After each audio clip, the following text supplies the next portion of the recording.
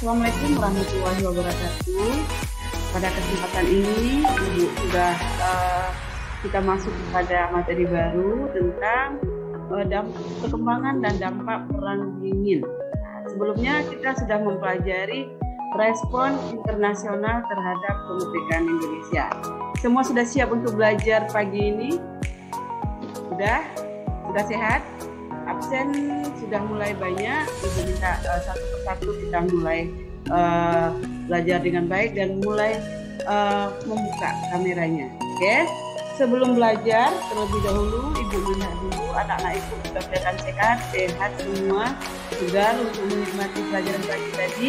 Karena pelajaran pertama adalah pelajaran olahraga. Sekarang adalah pelajaran sejarah. Sebelum kita memulai pelajaran, Ibu ada yang memimpin doa. Silakan, Maulana pimpin doa. Saya, Bu. Oke. Sebelum kita mulai pelajaran hari ini, mari kita awali dengan berdoa. Doa dulu.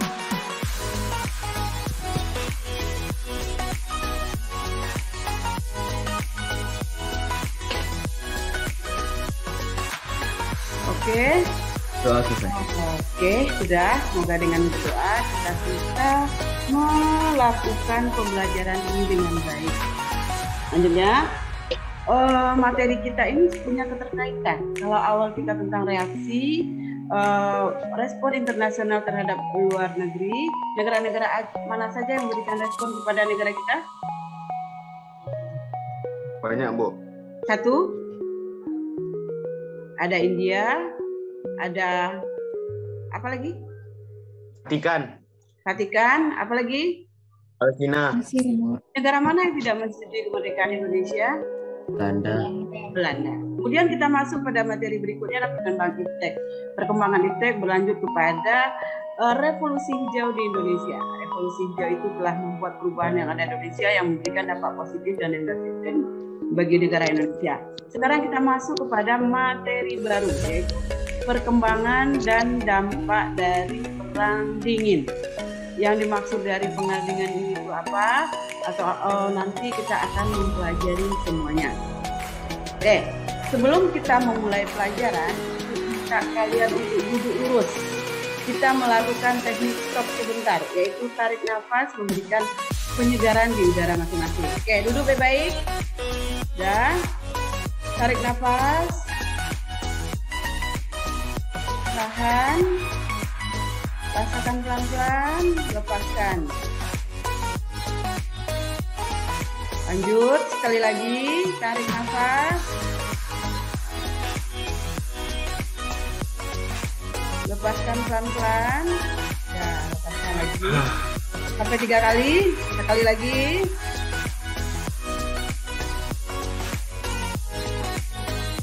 Nah, setelah melakukan kegiatan stop, ini namanya stop ya. Kita melakukan tarik nafas untuk meredakan pikiran kita sebentar, sejenak, meredakan tubuh. Bagaimana apa yang kalian rasakan? Cukup enak kah? Bagaimana perasaannya? Adalah, Bu, perubahan, Bu. Ada perubahan. Saya agak merenggah. Ada. Jadi biasakan untuk memulai itu dengan pikiran yang bersih, hati yang tenang untuk memulai pelajaran. Oke?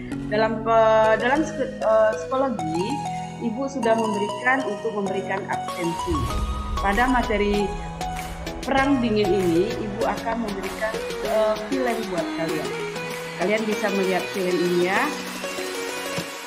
Silakan, linknya ada di situ.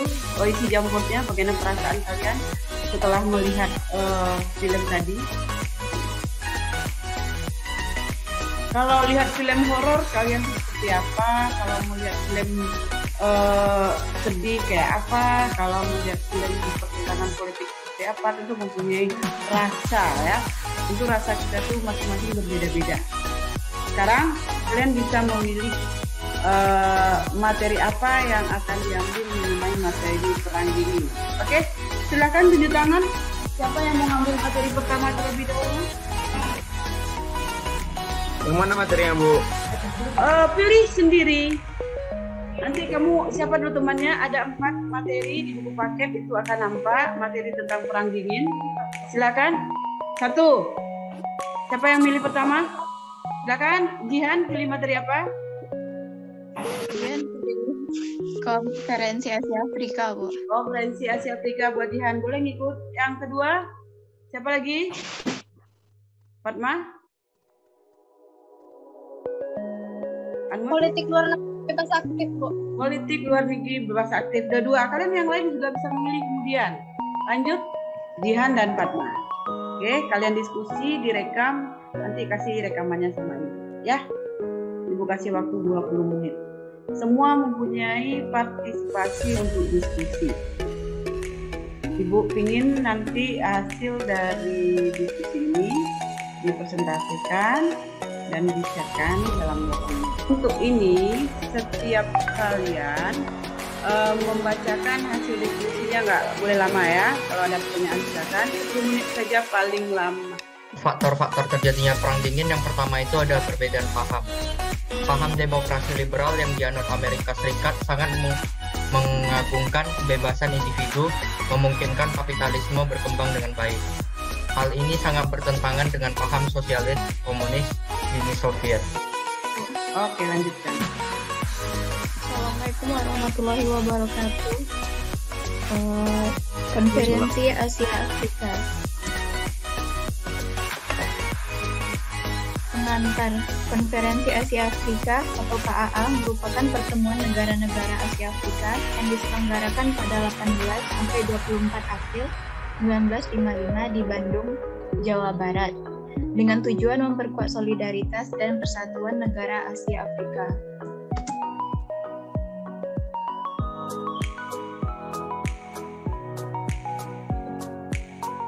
Latar belakang. Gagasan Konferensi Asia Afrika dipengaruhi oleh beberapa latar belakang, yaitu 1. Perang dingin antara blok barat dipimpin Amerika Serikat dan blok timur dipimpin Uni Soviet. 2. Penjajahan di Asia dan Afrika. Konflik antar kelompok masyarakat sebagai akibat masa penjajahan. Politik divide and interest. 3. Kekhawatiran akibat pengembangan senjata nuklir.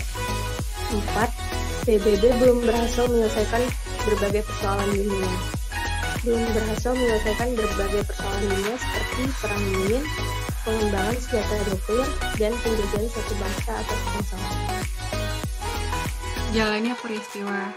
Pada 28 April sampai 2 Mei 1954, Konferensi Kolombo berlangsung untuk membicarakan masalah-masalah yang menjadi kepentingan bersama.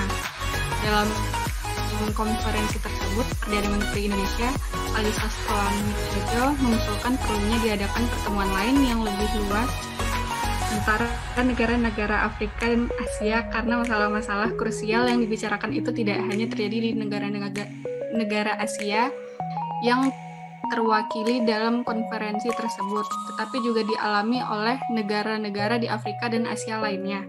Usulan tersebut kemudian 2. Usaha-usaha persiapan konferensi. Pada 28 sampai 29 Desember 1954, atas undangan Perdana Menteri Indonesia, para Perdana Menteri peserta konferensi Kolombo mengadakan pertemuan di Bogor. Untuk membicarakan persiapan KAA dalam konferensi Bogor berhasil merumuskan kesepakatan tentang agenda, tujuan, dan negara-negara yang diundang pada KAA. Kelima, negara peserta konferensi Bogor menjadi sponsor KAA dan Indonesia dipilih menjadi tuan rumah berlangsungnya KAA yang ditetapkan akan berlangsung pada akhir minggu April 1955. Presiden Indonesia Soekarno menunjuk kota Bandung sebagai tempat berlangsungnya konferensi. Oke, 4 materi dalam perang dingin sudah didengarkan. Jadi dengan adanya 4 itu kamu bisa melihat kira-kira apa dari latar belakang perang dingin itu sendiri. Kemudian apa saja tindakan dari Indonesia untuk menghadapi masa-masa perang dingin. Jadi dari 4 itu Mutia mulai menerangkan tentang latar belakang perang dingin, kemudian Konferensi Asia Afrika, kemudian politik bebas aktif Indonesia, terakhir adalah pengaruh perang dingin terhadap Indonesia. Oke, Ibu mau mengetahui ya, kamu sudah mendengar, kira-kira apa yang menarik di 4 materi yang ditampilkan oleh teman-teman ini? Kamu bisa menuliskan narasi kecil, narasi sedikit di Jamboard bagaimana perasaan kamu telah mengetahui maksud dari perang dingin tadi sebelum Ibu mengambil kesimpulan. Oke?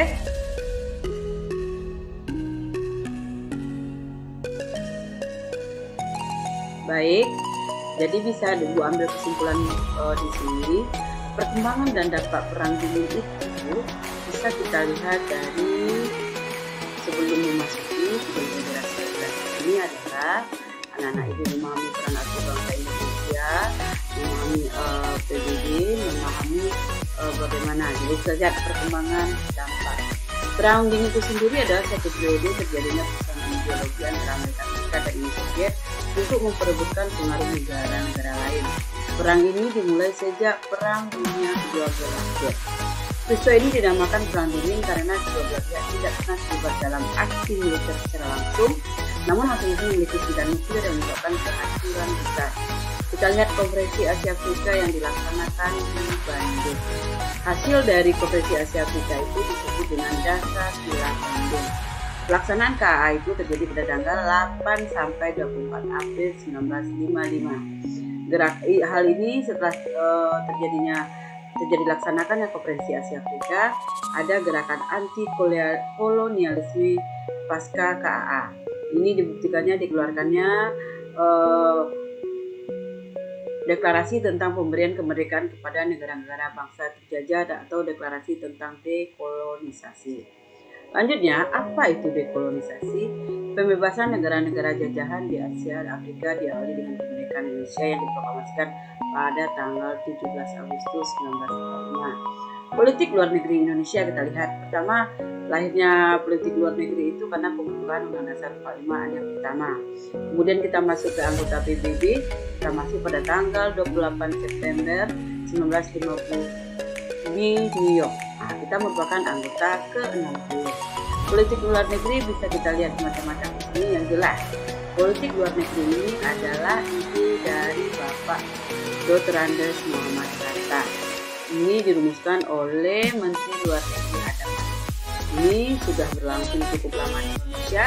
Politik luar negeri ini bisa kita lihat dari berbagai pengaruh dari bank di dunia sehingga mempengaruhi kebijakan di Indonesia. Normalisasi hubungan dengan Malaysia. Kita pernah melakukan konfrontasi dengan Malaysia. Hal ini disebabkan latar belakangi diterimanya Malaysia sebagai anggota tidak tetap Dewan Keamanan PBB.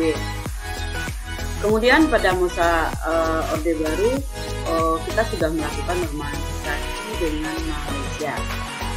Ini dibuktikan dengan adanya penandatanganan Jakarta Agreement pada tanggal 11 Agustus 1966. Bukti nyata dari normalisasi itu kita menjadi anggota PBB. Ada hal-hal positif yang kita terima dari anggota PBB, masih melanjutkan bantuan PBB, kerjasamanya, dan Indonesia juga berpartisipasi dalam perdamaian dunia. Ini dengan pengiriman misi perdamaian Indonesia ke luar negeri. Tujuan politik luar negeri berbahasa asing itu adalah mempertahankan kemerdekaan Indonesia, memperoleh dari luar negeri barang-barang perdamaian internasional. Kalau kita lihat munculnya Perang Dunia II itu yang jelas Perang Dunia Kedua itu adalah antara Amerika Serikat dan Uni Soviet sebagai negara raksasa atau superpower. Amerika dengan liberalnya, dengan Uni Soviet dengan paham komunisme. Masing-masing negara berusaha untuk menegakkannya. Negara-negara adik kuasa itu ada dua. Pertama adalah NATO, yaitu negara-negara liberal, sedangkan Uni Soviet warta-warta negara-negara komunis. Faktor penyebabnya terjadi perang dingin itu sendiri adanya perbedaan paham, yang jelas ada negara komunis, adanya perebutan pengaruh di negara Asia dan Afrika. Mereka saling ingin menyebarkan paham mereka. Posisi Indonesia sendiri dalam perang dingin itu kita lihat dari periode kemerdekaan. Indonesia berjuang untuk kemerdekaan karena Belanda ingin kembali ke Indonesia. Masa demokrasi terpimpin, kita ikut dalam perjuangan forum internasional, masa Orde Baru, dan reformasi menggunakan strategi politik bebas. Orientasi politik luar negeri Indonesia bebas aktif itu masa revolusi yang condong ke barat. Kemudian demokrasi terpimpin condongnya ke timur lagi. Masa Orde Baru kita balik lagi condong ke barat. Pada masa Perang Dingin, penerapan luar negeri bagus dilakukan untuk menjaga perdamaian. Ini kita lihat bagaimana Indonesia menjadi pasukan perdamaian PBB, di mana terjadi konflik-konflik yang terjadi di Asia dan di Afrika. Sekian dulu, terima kasih.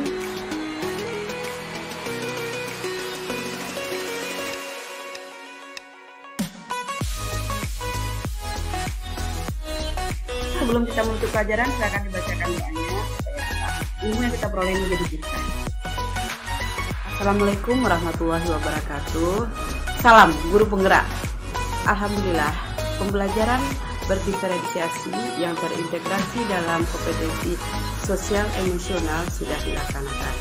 Pada kesempatan ini, saya berusaha membuat pembelajaran itu yang berpihak kepada murid.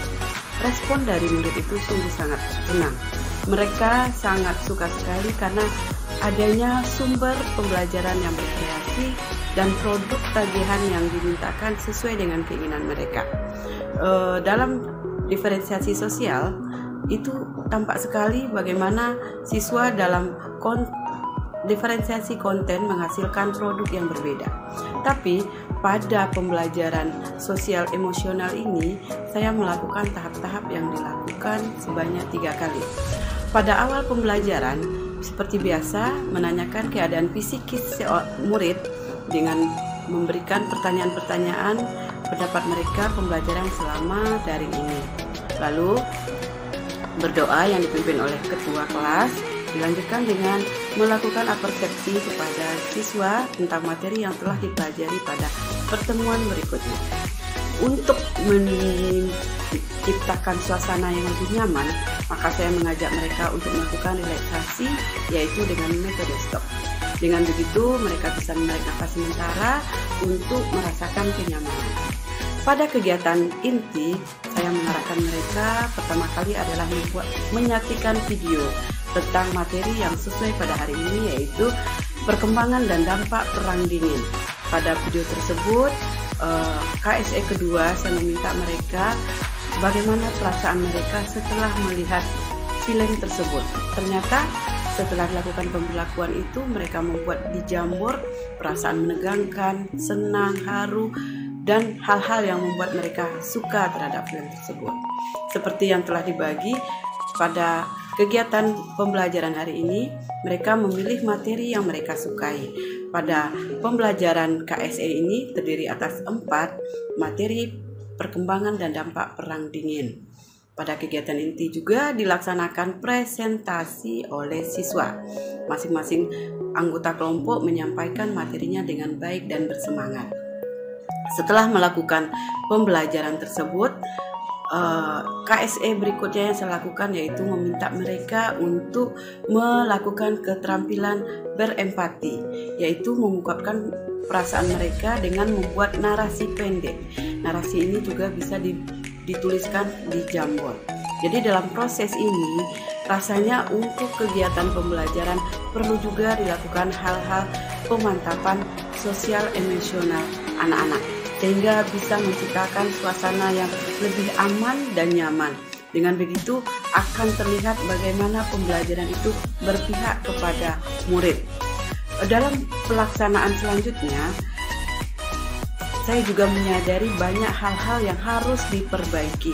Pertama adalah untuk suatu pembelajaran yang berkompetensi sosial emosional itu memerlukan strategi yang pas untuk materi yang akan dipakai, karena tidak semua materi bisa dilaksanakan seperti itu. Untuk itu ada strategi kreativitas dan kolaborasi yang dibutuhkan oleh guru dan siswa. Maka dibutuhkan kesabaran dan perumusan pertanyaan-pertanyaan yang memantik yang bisa menimbulkan motivasi siswa untuk belajar. Dari segi lain, pembelajaran KSE ini juga menuntut memakai waktu yang cukup banyak. Disinilah guru harus bisa untuk memanage pembelajaran itu dengan baik. Syukur, alhamdulillah pembelajaran ini sudah selesai dengan baik dan itu terlaksana dengan semangat yang luar biasa dari siswa dan dapat dilaksanakan dengan baik. Semoga pembelajaran KSE ini bisa dilaksanakan pada pembelajaran. Oke, saya tutup dengan Assalamualaikum warahmatullahi wabarakatuh. Salam guru bergerak, tergerak, bergerak, dan menggerakkan.